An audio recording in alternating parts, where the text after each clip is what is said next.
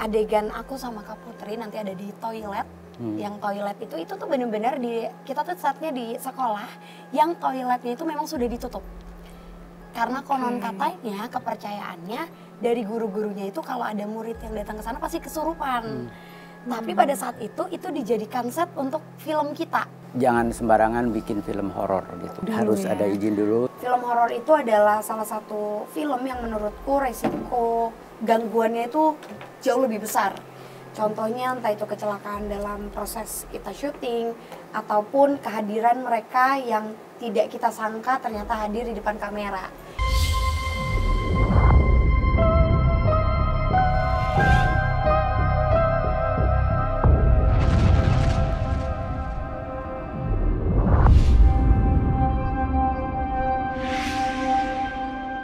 Hai penikmat ganjil misteri, kembali lagi di podcast kali ini bersama saya Mary, dan tentunya kita akan membahas keganjilan-keganjilan misteri yang ada di sekitar kita.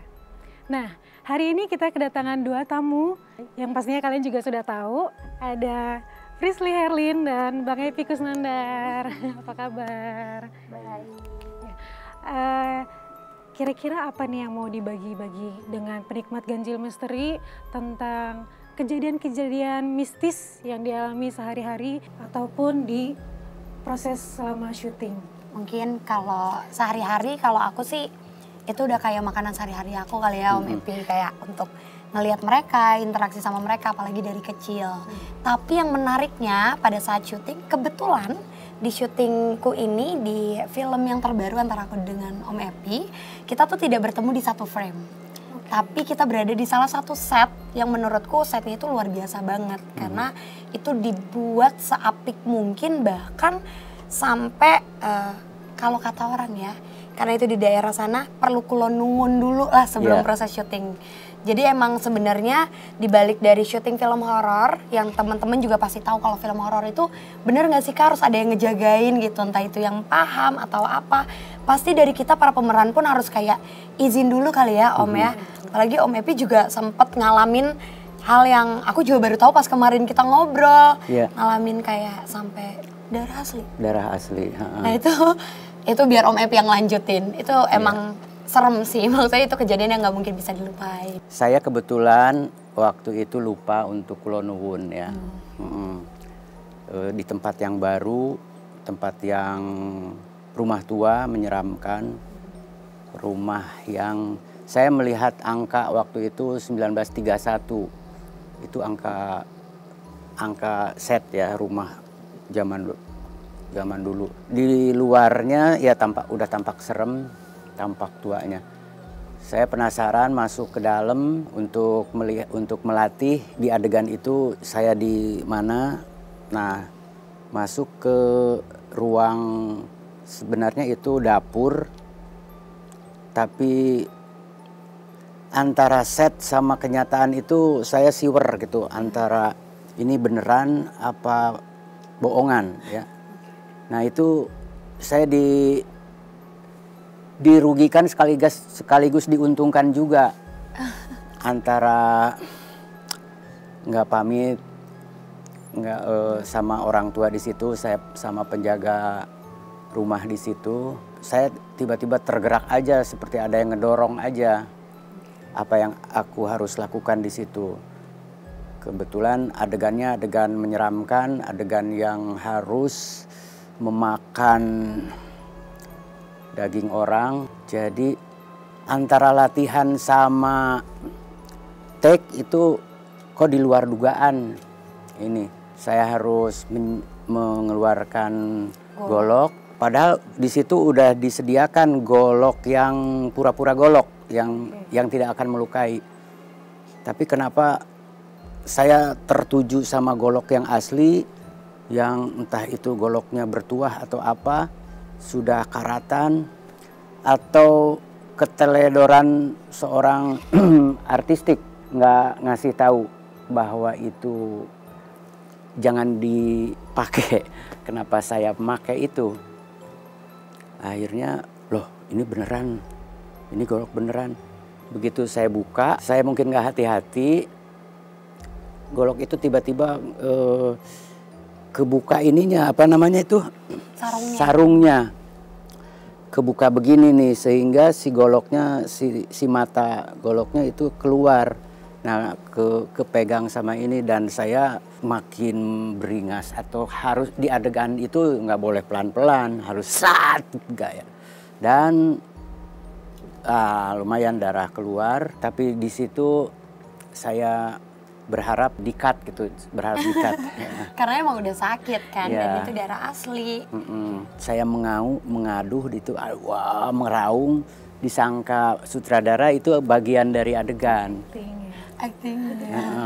Terus galau di pikiran saya, apakah ini terusin atau jangan? Terusin aja, mungkin ini hadiah buat saya ya. Saya lanjutin adegan itu.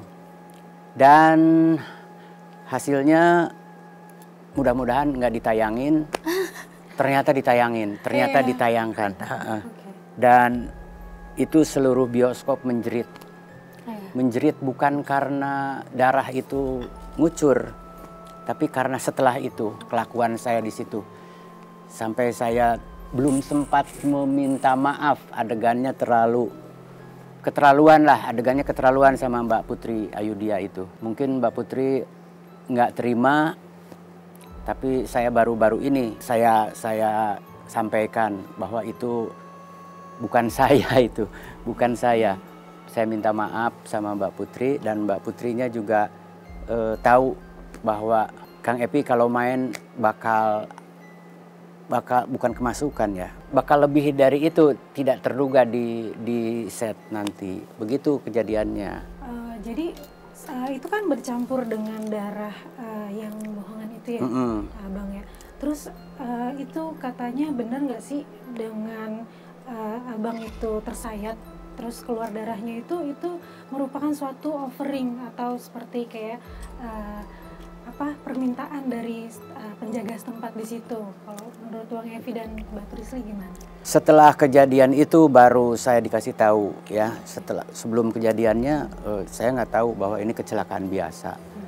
Dan akhirnya si golok itu dibawa ini minta. Jadi Kang Epi harus dirawat.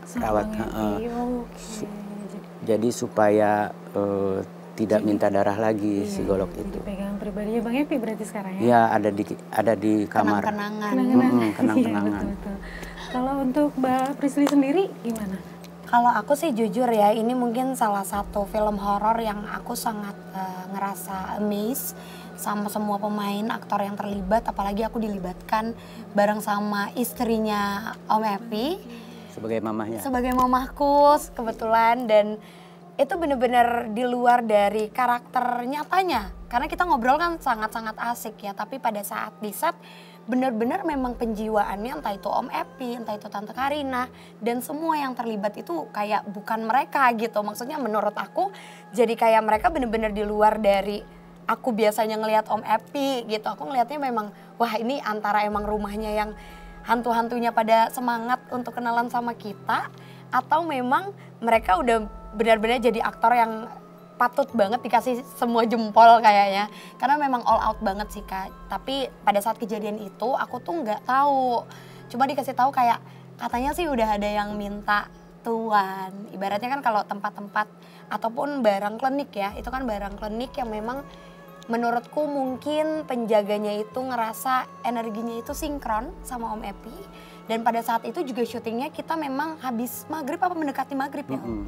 Mendekati maghrib malam kayak gitu. Jadi itu emang jam-jam rawan untuk mereka jauh lebih aktif sih. Itu hal-hal biasa. Terus kalau untuk Mbak Prisly dan Bang Epi ini di saat bermain film horor itu ada kekhawatiran gak sih untuk bermain berhubungan dengan mistis gitu, di tempat mistis gitu. Ada kekhawatiran nggak yang buat takut? Antara khawatir sama ini bantuan harus kerjasama sama makhluk di luar, makhluk di luar kita seperti ini. Dan saya merasakan itu telah dibantu untuk menghidupkannya. Jadi saya akhirnya ya minta minta juga ditemanin, minta diarahkan, tapi jangan mengganggu. Ini untuk kepentingannya untuk Kerja gitu ya. ya pekerjaan dan tidak untuk mengganggu, ngejahatin mereka. Tolong jangan jahat, bahwa saya ini ingin memberi apa namanya ya hiburan buat, tidak sekedar hiburan tapi pelajaran juga ya, untuk pelajaran juga, bahwa jangan sembarangan bermain menjadi, jangan sembarangan bikin film horor gitu, jangan sembarangan. Ya, jadi harus ada izinnya dulu. Harus ya. ada izin dulu, selain dari Yang Maha Kuasa, karena setan, iblis juga kan ciptaan Allah. Iya betul.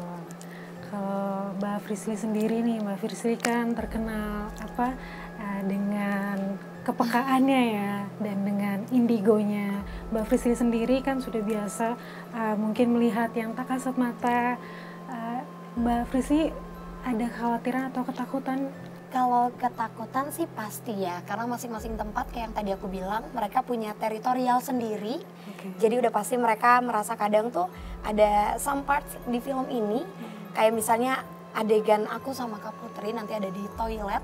Yang toilet itu tuh bener-bener kita tuh saatnya di sekolah, yang toiletnya itu memang sudah ditutup.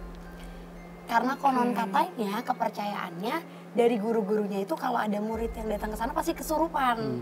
Tapi pada saat itu dijadikan set untuk film kita. Jadi kayak, wah ya udah mau nggak mau. Dan pada saat itu ada beberapa bilik, dan kebetulan bilik di samping aku dan juga Kak Putri adegan itu ada satu makhluk yang sedikit kurang lebih ada mirip-miripnya lah sama di film ini gitu. Jadi makhluknya itu sosoknya perempuan, aku inget banget perempuan, rambutnya itu bener-bener panjang turun ke bawah ke lantai, dan pada saat itu dia tuh kayak nempel di langit-langit.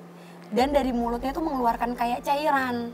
Tapi di situ memang bukan cuma aku aja yang ngerasain. Kalau aku kan udah biasa ngeliat mereka. Tapi di situ ada kru yang bekerja. Mereka juga bilang kayak, kok nggak nyaman ya datang ke sini, kok kayak sesak nafas gitu. Terus ada yang pusing.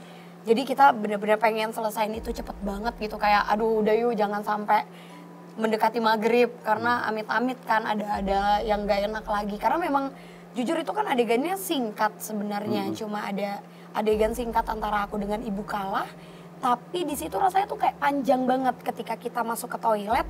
Nggak tahu kenapa, bukan cuma aku tapi yang lain pun ngerasain kayak dipantau. Karena memang kalau ngomongin tentang film horor, percaya nggak percaya itu, mereka itu merasa kayak, oh bentuk kita lagi divisualkan nih. Jadi mereka akan mendekat, kayak pada saat Om Epi memerankan karakternya yang harus mempunyai ikatan dengan iblis, pasti makhluk-makhluk di sekitar itu mendekat. Walaupun untungnya Om Epi itu kan tipikal yang fokus kan, ketika dia udah sampai di set dia akan fokus menjadi perannya. Jadi nggak akan ke distract sesama mereka. Mungkin kalau aku yang dapat peran-peran gokil kayak Om Epi, kayaknya butuh waktu ya, karena takutnya nanti tiba-tiba freeze kesurupan. Iya. Seringnya kayak gitu. Tapi kalau tantangan ya, tantangannya cuma menjadi anak indigo yang memendam di film ini. Beda banget sama Frisly yang apa-apa cerita. Iya betul. Itu doang sih. Jadi harus dipendam dulu. Betul. Ya. Terus kalau untuk Bang Epi kan tadi katanya sempat kayak semacam ketempelan ya. Itu terbawa sampai ke dunia nyata nggak? Pas maksudnya selepas dari take itu. Pada saat itu aja saya bener ke distract juga, hampir saya perlu perjuangan juga antara makanya saya sebisa-bisa gitu, tolong ini kerjasamanya, saya minta kerjasamanya, saya nggak akan mengganggu, jangan saling ganggu, malah saling membantu. Kalau minta darah ya sedikit aja ya, jangan banyak-banyak. Saya sambil bercanda tapi ya deg-degan juga nih, takut adegan ini diulang-ulang terus. Tapi ya bersyukur sekali, alhamdulillah adegan itu karena mungkin nggak bisa diulang dan nggak tahu itu pemberian dari makhluk setempat ya. Jadi nggak kebawa sampai pulang ke rumah, tapi yang dibawanya itu yang golok asli itu harus dibawa Ini Jadi dirawat tuh ya? Kalau nggak takut ada apa-apa. Oke. Jadi masih ada di rumah makhluk itu digolok. Tapi itu nggak berarti darah itu sebagai tanda untuk minta tumbal kan? Atau menurut Kang Epi gimana? Iya, kalau minta tumbal saya juga kepikiran juga sempat. Iya, ngeri Tapi juga kan? jangan sampai Amin. Iya. ya tumbalnya setetes aja, jangan sampai semuanya. Kalau misalnya makhluk itu masih ada di rumah saya sampai sekarang, ya tetap jadi teman untuk kalau saya dapat lagi kerjaan film horor lagi, ya saya akan lebih hati-hati dan mungkin saya akan mengajak teman itu supaya Ada yang membantu jaga ya. saya dan jagain Oke saya. ya. Berarti sama kayak apa kalau Dana sama kayak Mbak Frisly ya, kalau teman itu ya, yang Mbak Betul. Frisly punya teman pendamping. Iya, aku punya Marsha. Iya betul. Kalau Om Epi Marsha. kayaknya belum dinamain Belum itu. namain. Tadi kan kita bahas soal teman itu ya, Marsha.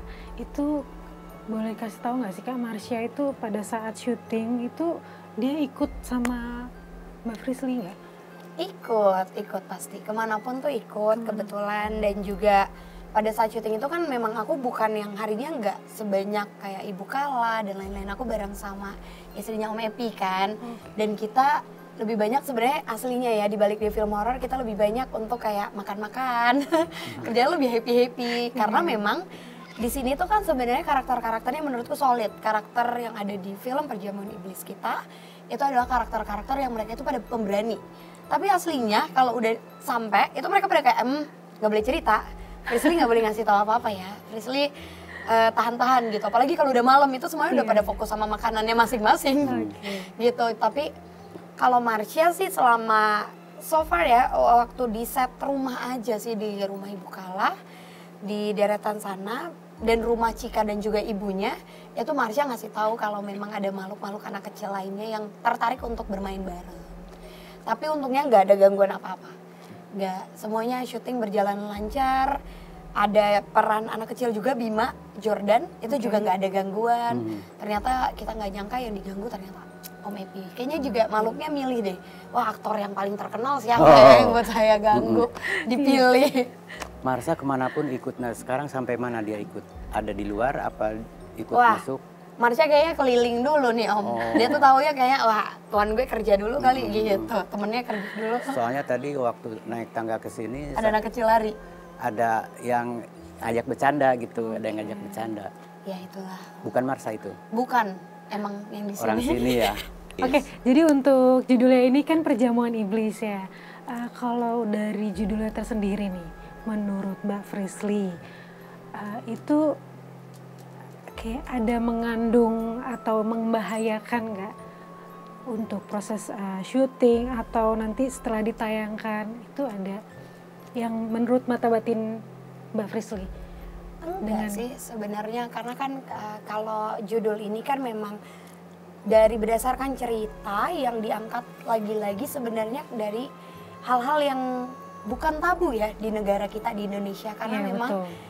balik lagi kalau untuk pemujaan sampai saat ini, sampai tahun 2023 kita udah mau 2024 ini, itu sampai saat ini masih ada orang yang melakukan seperti sekte atau pemujaan terhadap hal yang mereka percayai gitu. Jadi dari film ini cuma dibangunnya lebih ke kita dibikin lebih terbuka aja kali ya Om ya. Kita lebih terbuka terhadap potensi-potensi kehadiran dari mereka. Karena di film ini dijelaskan bahwa ketika manusia percaya, ketika kita yakin akan kekuatan dari makhluk astral yang jauh lebih besar mengalahkan kekuatan Tuhan, maka itu akan terjadi. Padahal kalau itu sudah melemah dan bisa dikalahkan dengan rasa percaya yang lain, mereka itu lemah gitu. Jadi dari film ini cuma judulnya Perjamuan Iblis, tapi kita semua nggak ada yang terikat terhadap hal seperti itu. Bahkan dari filmnya juga semoga pesan yang kita mainkan juga bisa tersampaikan dengan baik, bahwa di dunia ini pemegang kuasanya tetap diri kita sendiri gitu. Karena nanti kalau nonton filmnya baru tahu deh ngejawab kenapa sih Perjamuan Iblis. Emang iblisnya tuh ngejamunya dengan cara apa sih? Itu ada di filmnya. Betul. Karena kan setiap iblis juga mungkin berbeda-beda nggak sih ya? Keyakinannya ya, perjanjiannya tuh beda-beda. Sama seperti kalau kita mah taunya tuh seperti kayak pesugihan gitu ya. Iya.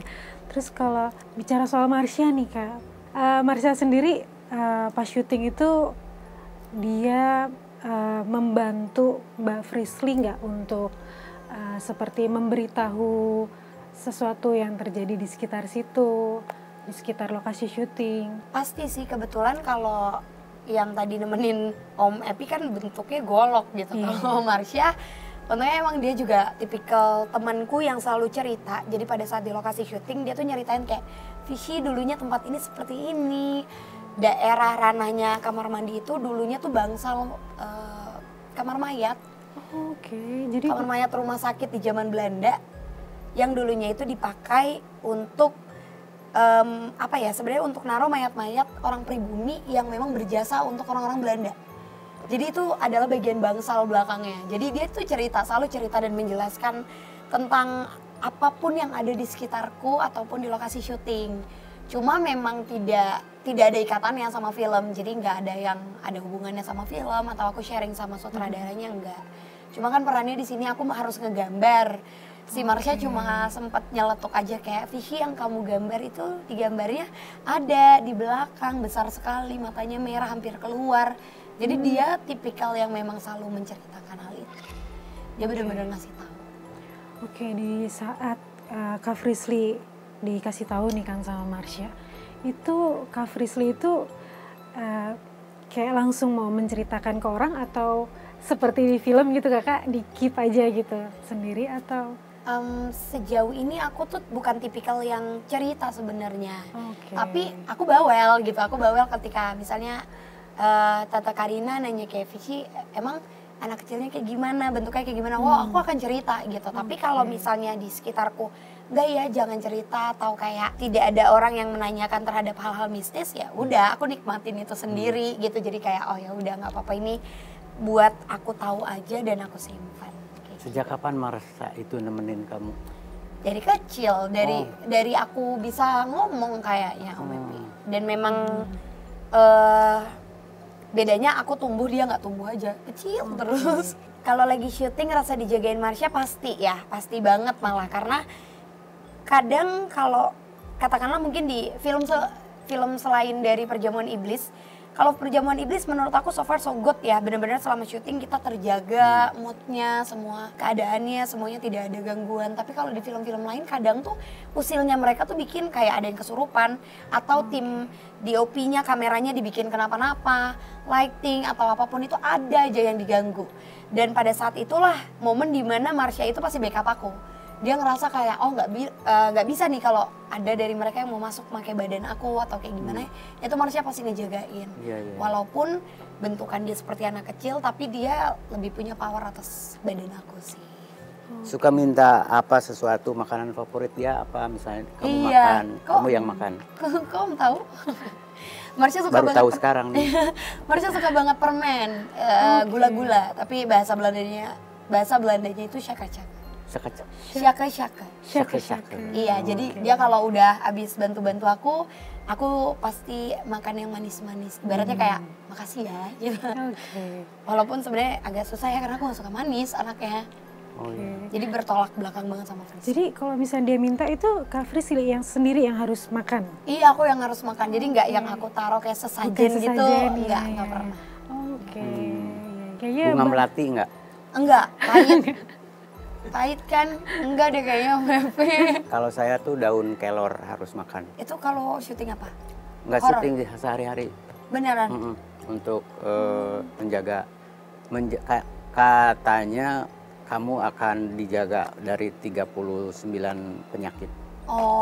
Jadi saya bukan terpaksa, jadi di kebiasaan rumah. Ya? Jadi di rumah saya menanam pohon kelor, ada beberapa bibit kelor di rumah. Terus kalau untuk indigonya Kak Frisly sendiri nih, Kak Frisly kan bisa melihat yang tak kasat mata, itu berdampak nggak sih ke hubungannya Kak Frisly? Kayak misalkan ada orang yang mau deketin Kak Frisly tuh jadi takut gitu. Sejauh ini sih enggak ya, karena mungkin aku juga pembawaannya kan kayak gini aja gitu. Maksudnya aku nggak yang tipikal yang ngelihat ada hantu aku ngasih tahu sayang ada pocong loh gitu enggak kan, aku nggak se ekstrim itu. Jadi sejauh ini paling mereka cuma kalau yang penakut, yang deketin akunya penakut, dia nggak akan mau tahu sama dunia indigoku. Jadi kayak ya udah, aku pacarannya sama Frisly yang bukan indigo gitu. Tapi ketika dia tertarik sama hal-hal mistis, itu pasti pertanyaannya ngebahasnya tentang kayak gimana, ada apa, di sini dulunya tempat apa, terus kamu ngelihatnya apa, jadi cerita. Tapi aslinya aku menyesuaikan kok. Menyesuaikan ya. Jadi buat teman-teman yang minat jadi pacarku loh, tetap nawarin. Misteri banget nih Jadi Mbak anaknya. Frisly itu nggak semenakutkan yang dikira. Iya ya. Seperti indigo yang kayak, oh kamu harus ngerti nih aku indigo aku bisa gitu. Tapi Mbak Frisly menyesuaikan gitu ya. Terus kalau Mbak Frisly sendiri pernah dijailin nggak saat lagi datang bulan gitu? Jail sering sih pasti. Kalau kayak gitu kan karena mereka emang yang usil-usil gitu suka banget sama darah kotor ya. Jadi kayak darah kotor, terus juga makanya kalau kata orang tua tuh kalau luka emang harus langsung dibersihin pakai air. Kena sama air yang mengalir. Kenapa? Karena memang itu mengundang keberadaan dari makhluk sekitar untuk datang dan takutnya merasa punya ikatan sama kita.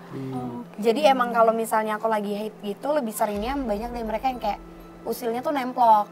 Jadi kayak nempelin, iya mau buat aku untuk kerasukan. Tapi selama syuting, gak tahu ya kenapa tapi syuting Perjamuan Iblis pada saat aku day one syuting udah selesai mens. Jadi udah beres. Nah kalau Marsha tuh malah nggak usil kalau lagi kayak gini, tapi biasanya dari yang lain. Kayak kita tadi lagi jalan ke sini tuh ada aja kan yang kayak pengen dinotis aja gitu keberadaannya. Iya. Oh iya betul.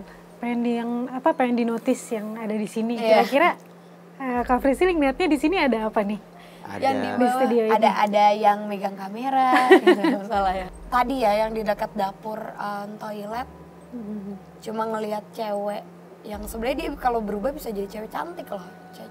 Cewek cantik itu sering juga dilihat sama penjaga atau orang-orang yang sering kerja malam di sini.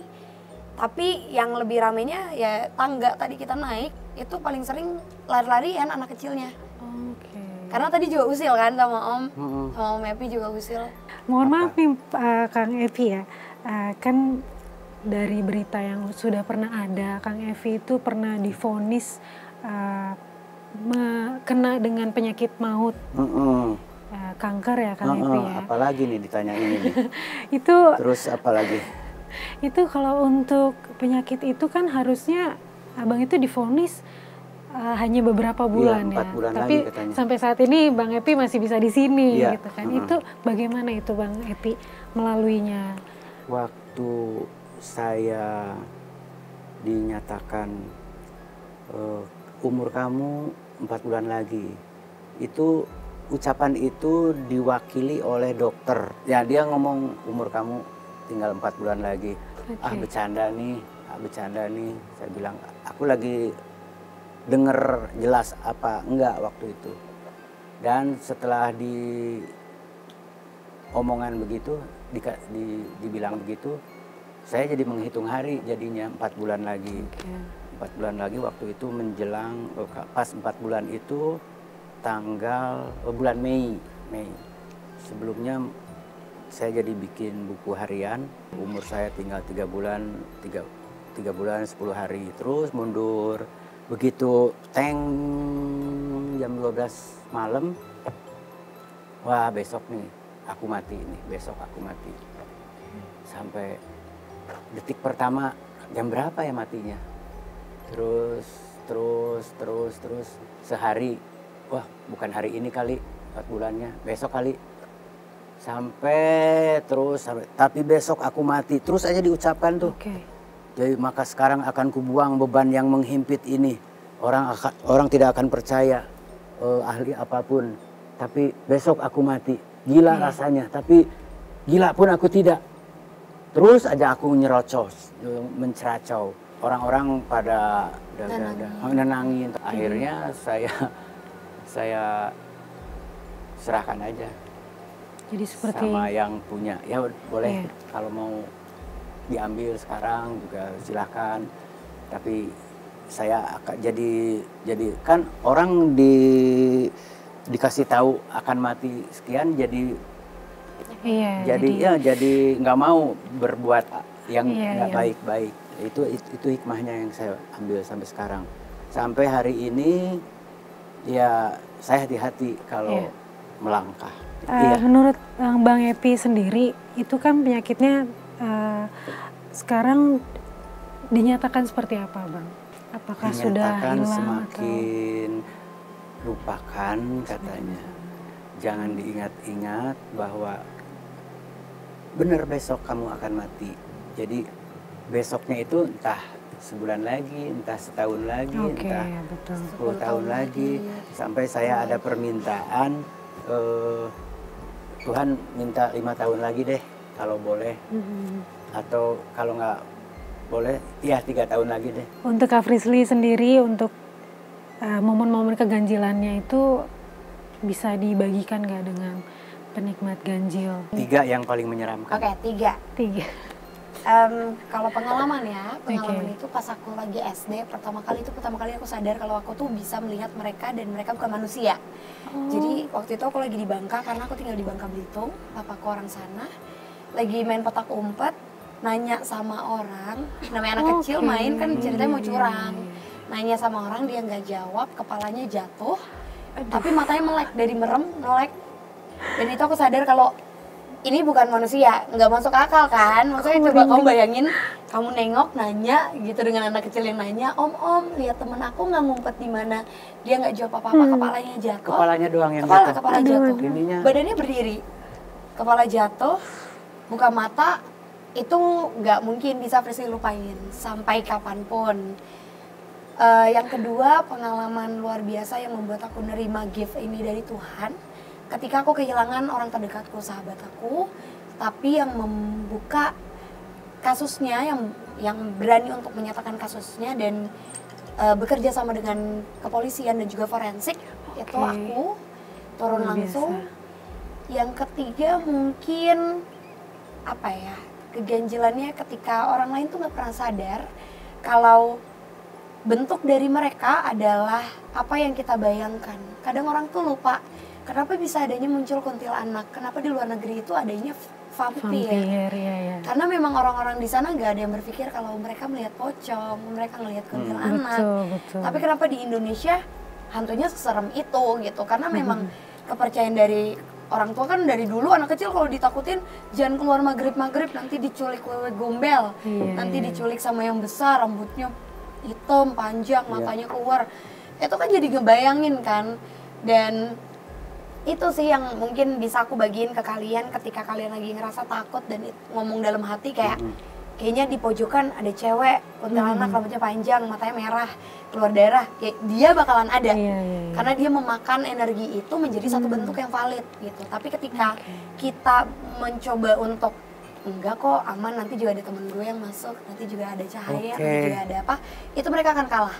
Sekuat apapun energinya, mereka tidak akan bisa menjadi bentuk yang dilihat dengan kasat mata. Iya, itu ngeri banget sih yang pas kepala jatuh itu kayak, aku langsung merinding sih itu energi langsung. Waktu SD, anak kecil, SD, karena dulu tuh aku ngikutin, jadi ketika aku melihat ada hantu terbang kan, hantu tuh, aku lompat dari tangga, jadi banyak luka di badan aku tuh ya oleh-oleh dari mereka. Karena aku kecil tuh nggak bisa bedain tuyul atau hantu kecil itu kan nembus tembok, aku lari secepat mungkin tabrak tembok, pulang-pulang berdarah, bocor.